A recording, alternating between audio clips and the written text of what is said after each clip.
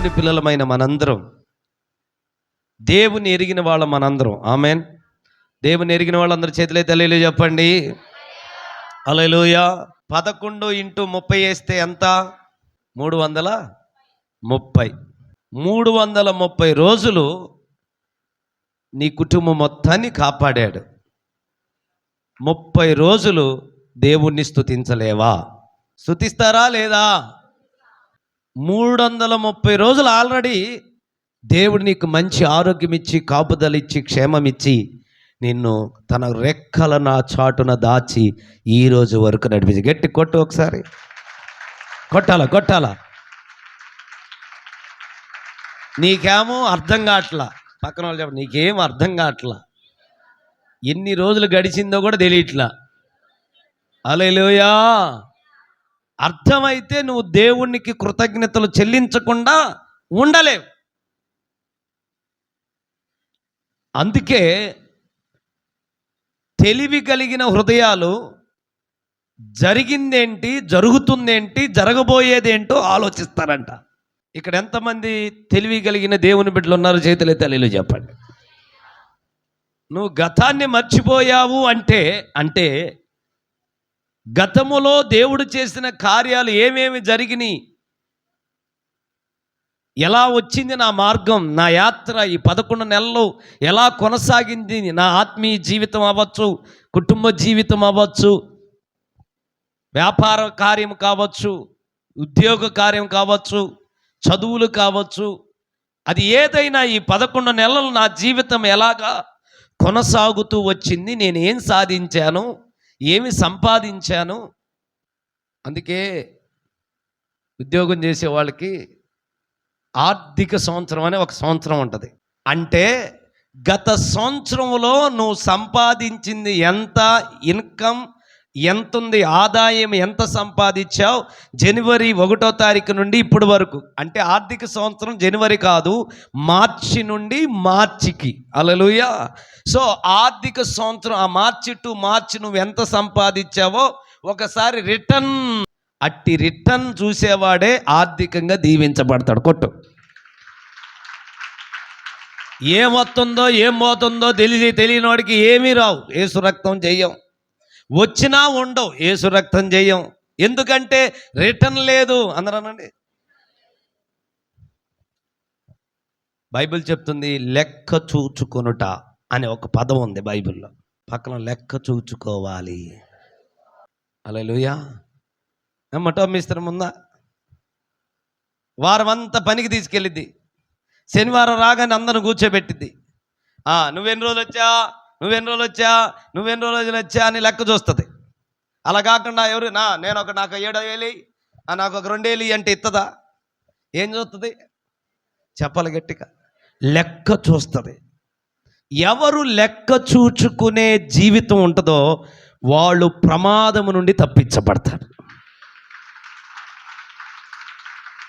లెక్క చూచుకునే అలవాటు లేని వాళ్ళకి వాళ్ళ జీవితం ఎటుకుండబోతుందో, ఎంత నష్టపోతున్నారో, ఎంత మోసపోతున్నారో, ఎంత వస్తుందో ఎంత పోతుందో వాళ్ళకే తెలియదు.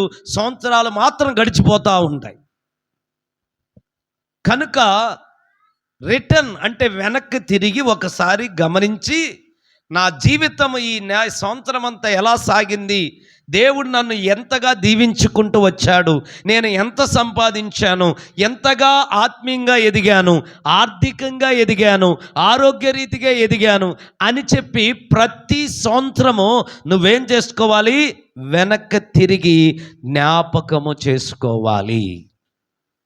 అట్టి జ్ఞాపకం చేసుకునే వాళ్ళ జీవితాలు దేవునికి నిత్యముగా స్తుతులు చెల్లించకుండా ఉండలేవు. కొందరికి నిన్నటిది మర్చిపోతారు, ఈ రోజుదే గుర్తుంటుంది. అందుకే స్తుతి రాదు. ఏమొస్తుంది చెప్పాలి మీరే.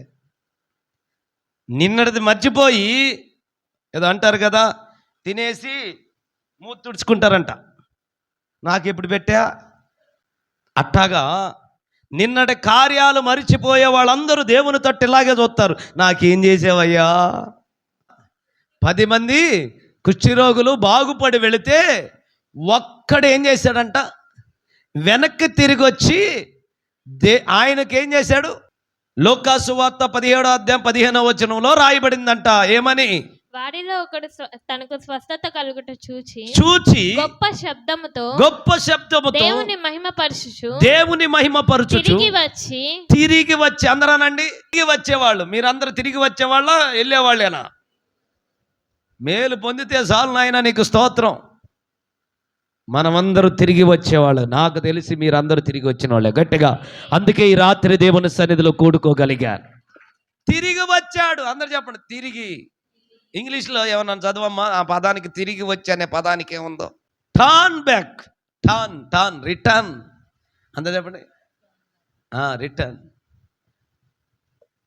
సో వెనక్కి తిరిగి వచ్చాడు. మేలు పొంది వెళుతున్నాడు. వెళుతుండగానే అద్భుతం జరిగింది. వెంటనే అమ్మాయా అని చెప్పి అంతేలు పోలా. ఏం చేశాడు? వెనక్కి తిరిగి వచ్చి ఆయనకు కృతజ్ఞతాస్తుతులు చెల్లించుచు. ఏం చెల్లించాడు? కృతజ్ఞతాస్తుతులు చెల్లించుచు పాదముల యొద్ద సాగిలపడెను. ఆయన పాదాల యొద్ద సాగిలపడెను. వాడు సమరయుడు. వారెవడంట? హల్లెలూయా. దేవుడు మాత్రం ఈ వ్యత్యాసం మాత్రం చూపిస్తానే ఉన్నాడండి. ఎందుకు ఆ పదం రాపిచ్చాడంటే, సమరయుడు అని ఆ దినాలలో వారిని అన్యులుగా వారిని భావించి దూరంగా ఉంచేవాళ్ళు. నాకు తెలిసి మిగతా చదువు తర్వాత. అందుకు యేసు 10 మంది శుద్ధులైన కారా? 10 మంది శుద్ధులైన కారా? ఆ 9 ఎక్కడ? ఆ 9 మంది ఎక్కడ? ఈ అన్యుడు తప్ప.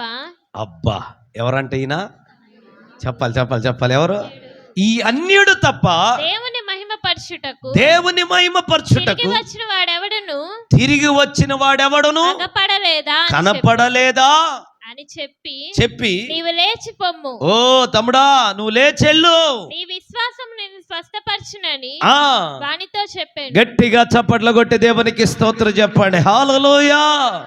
దేవుని దగ్గర తిరిగి వచ్చే వాళ్ళు కావాలి. అంత్య దినాలలో ఏదో మేలు పొందుకున్నాను, అద్భుతం పొందుకున్నా, ప్రార్థన చేసుకున్నా, ఇవన్నీ చేసుకున్న, మేలు వచ్చింది, సహాయం వచ్చిందని ఏదో అవసరాలకి దేవుణ్ణి వదిలి ఉపయోగించుకునే వాళ్ళు కాదు కావాల్సింది.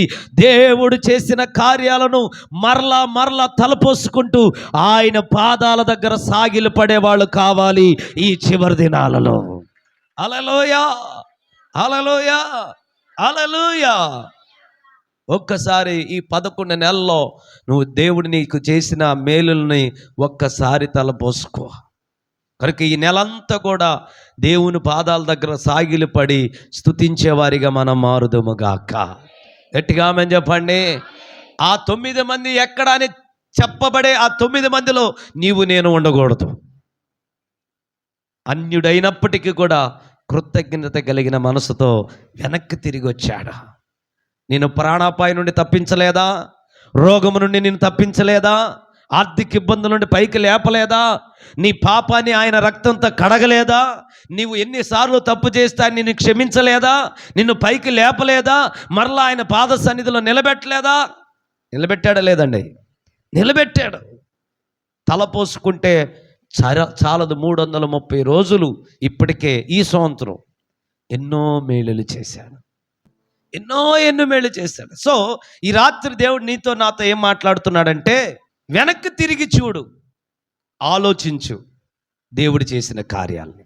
నాట్ ఓన్లీ దట్, అది మాత్రమే కాదు, అసలు ఈ సంవత్సరం నా జీవితం ఎలా స్టార్ట్ అయింది, ఎక్కడితో ఎండ్ అయింది. అది ఆర్థికంగా కావచ్చు, ఆత్మీయంగా కావచ్చు, కుటుంబ జీవితం కావచ్చు.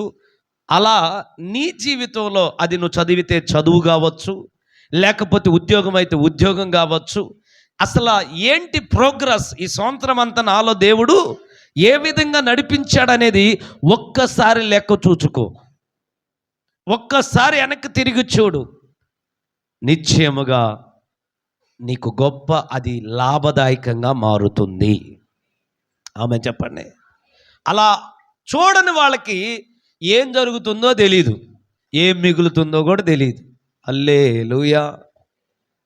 చదువుకుంటున్న వారికి, ఉద్యోగం చేసుకునే వారికి రిటర్న్స్ ఉన్నాయి.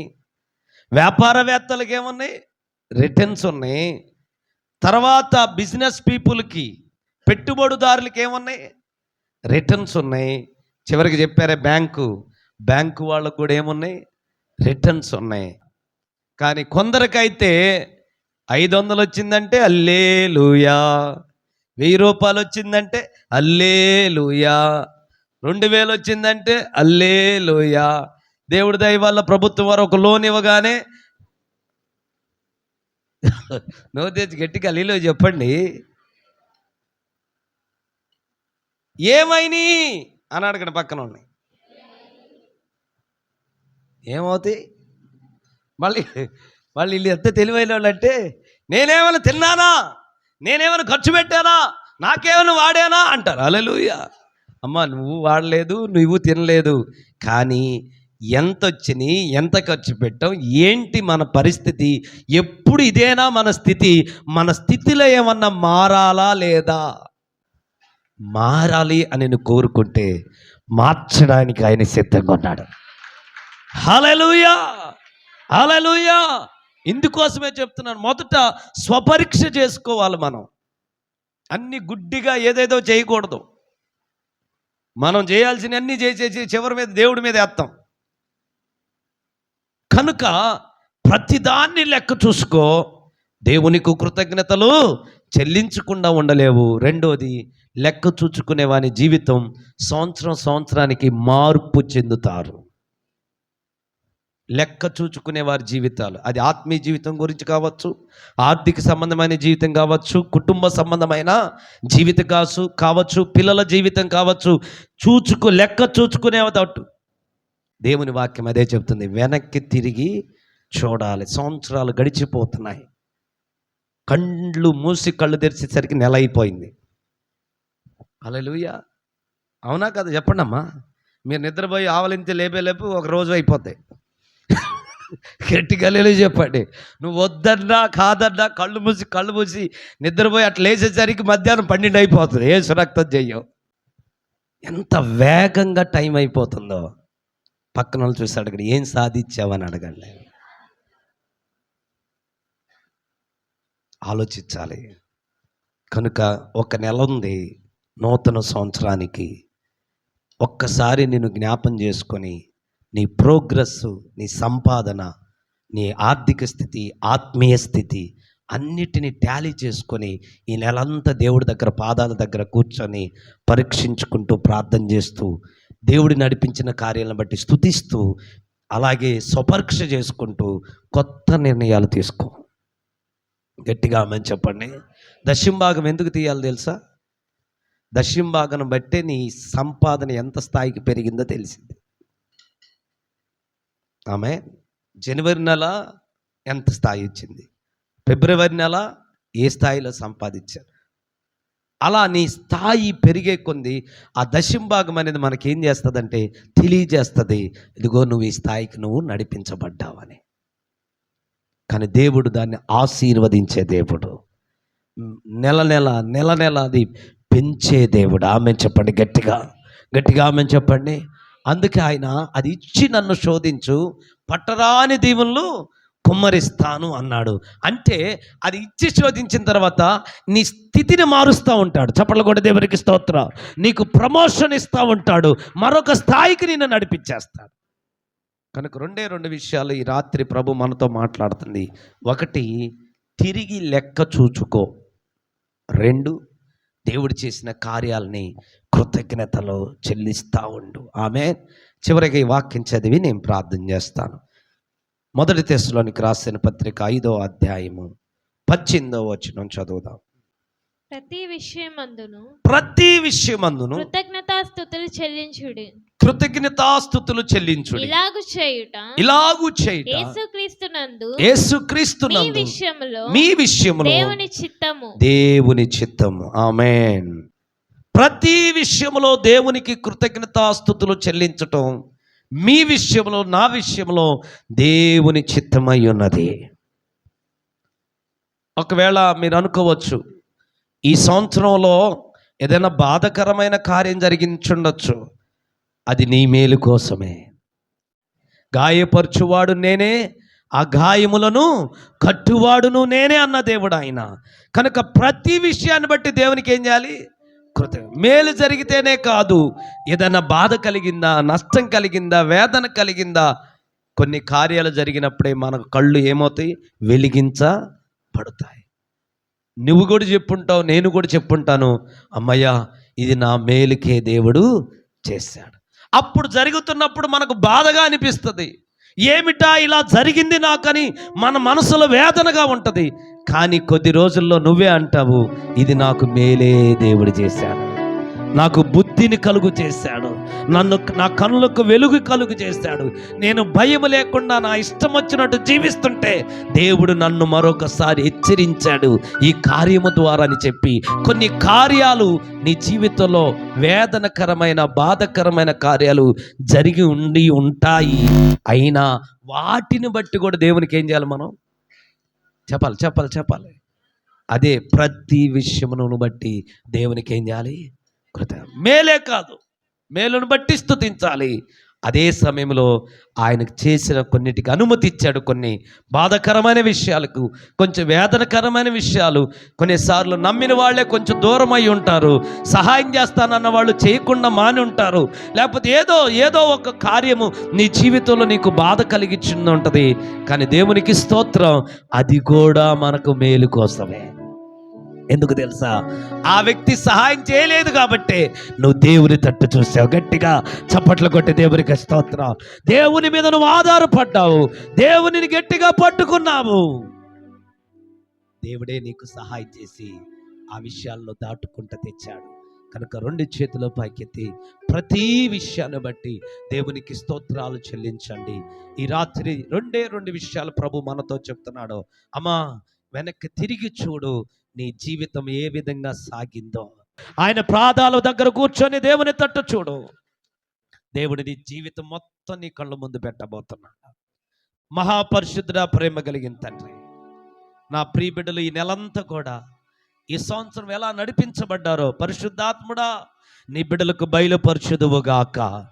ప్రతిదినం నీ పాద సన్నిధిలో ఉండి వారు ఏ స్థాయిలో ఏ ప్రోగ్రెస్లో నడిపించారో వాళ్ళకు తెలియపరచబడను గాక.